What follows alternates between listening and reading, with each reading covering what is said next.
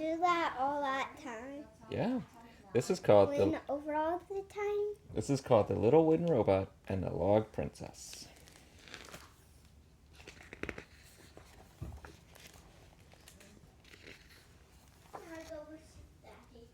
The little wooden. There once lived a king and a queen who happily ruled a pleasant land, but they had no children. So one night, the king went to see the royal inventor, and the queen went to see a clever old witch who lived in the woods. They both asked for the same thing, a child. The inventor set to work straight away. She used her finest tools and her most ingenious designs, and she built a wonderful, intricate little wooden robot. The witch took a log from the basket by her fire and used her deepest magic to bring the wood to life in the form of a perfect little log princess.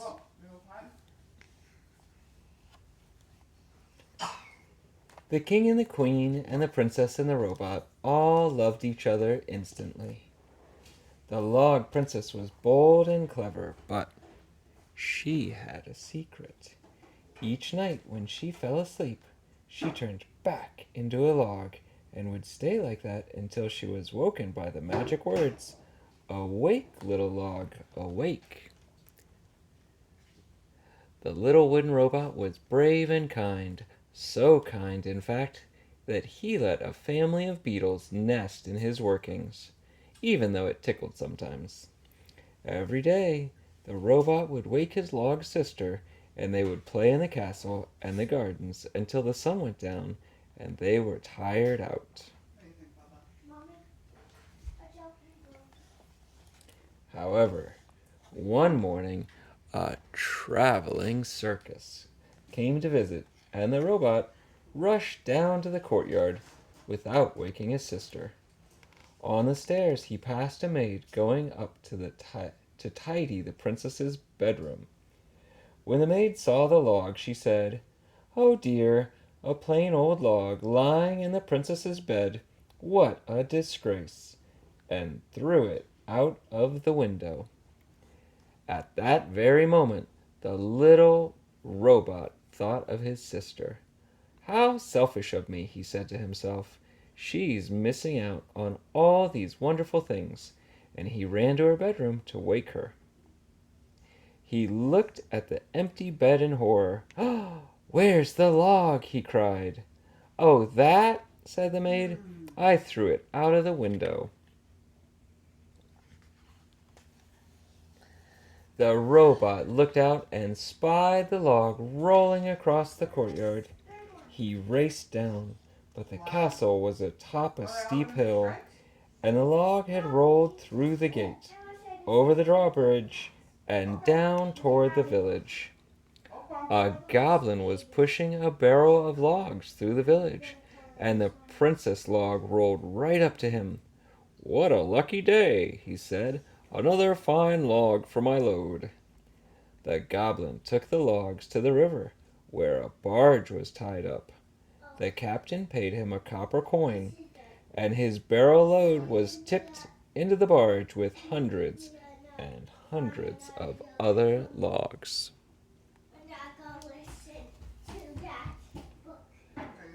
The robot ran to the barge. "Please, sir," he said to the captain, "my special log is in your barge. May I come aboard and search for it?" "You may," said the captain, "but we must set sail straight away while the wind is right." Stay right there. So, the robot clambered on, and the barge set off for the frozen north. Come here. Sit on my lap. Ah. Okay. You're okay.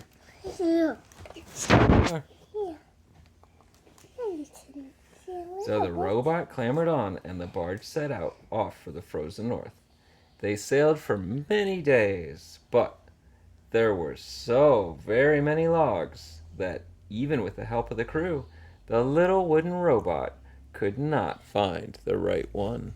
Oh, sad little Wobie. Sad little Wobie. They arrived and unloaded the cargo. "Come back with us," said the captain.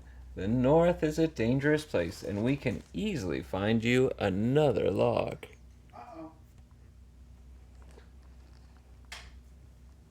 When we get home. "Oh, I can't," said the robot. "That log is the most precious thing in the world to me. I won't leave without it." So the crew gave him a map, some supplies, and a handcart, and sailed back to the pleasant land where our story began. Oh, You're welcome. Fair enough? The night was long and cold. Fair enough? well, I don't think I really want to. The little wooden robot shivered as he searched. Then something caught his eye. Something familiar. How many more do you need? He reached into the pile and pulled out a log. It was the princess. He danced for joy with a log in his arms and was about to recite the magic words when he realized how awful it would be for his poor sister who had fallen asleep in her cozy little bed to wake here, freezing and far from home. So he put her into the handcart, tucked a blanket around her, took up the handle, and began the long walk home.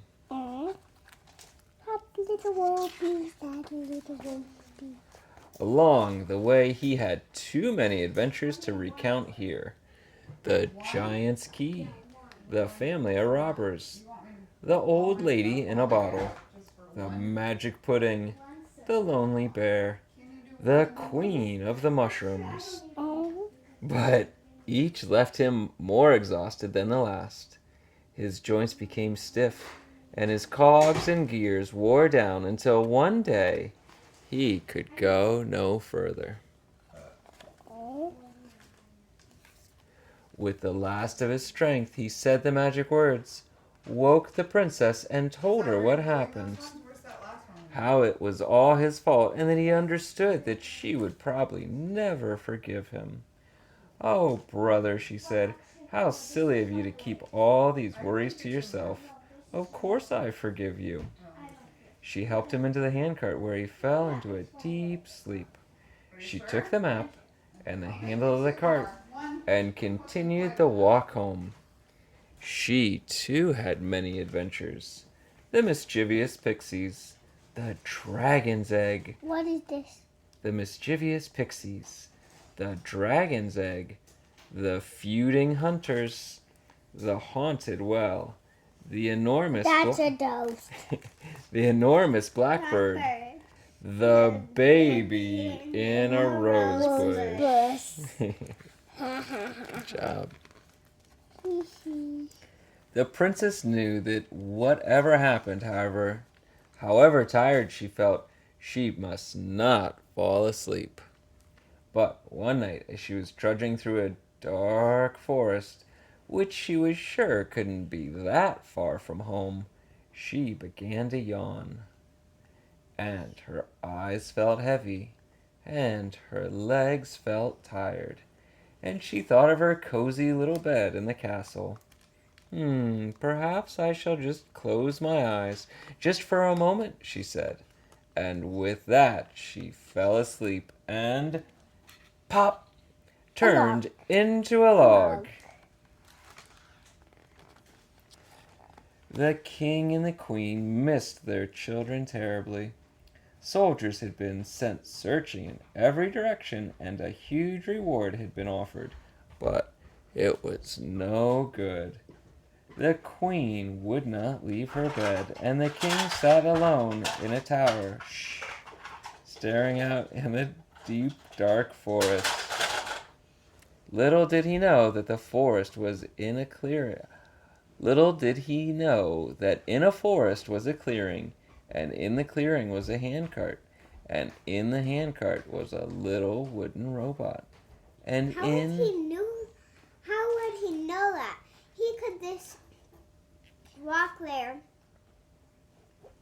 He could get them. And in that robot's worn out, broken down workings, a family of beetles was wondering why everything was so still and so quiet. They climbed out and looked at the log and the robot and knew that they must do something. So they stopped a passing mouse and asked her for help. And she asked a bird, who asked a rabbit, who asked a fox. And they all worked together to take the princess and the robot to the nearest house, the home of a... This one's not helping. These are not helping. This is not helping. the Yeah. home of a clever old witch. Well, the witch recognized the pair immediately. She woke the princess, repaired the robot, and set off for the castle. The king could hardly believe his eyes as he watched the little group, all crowded onto a broomstick, fly over the forest and set down in the castle courtyard. The robot and the princess and the queen and the king all hugged and laughed and cried. Why? The witch was thanked. The month was declared Why a did holiday they for the fly? whole kingdom, and the beetles were each given tiny golden medals. Why were they sad? Oh, they were so happy. There's And- sad tears. There's sad tears and happy tears. And they all lived happily Happily ever ever after. after. The end.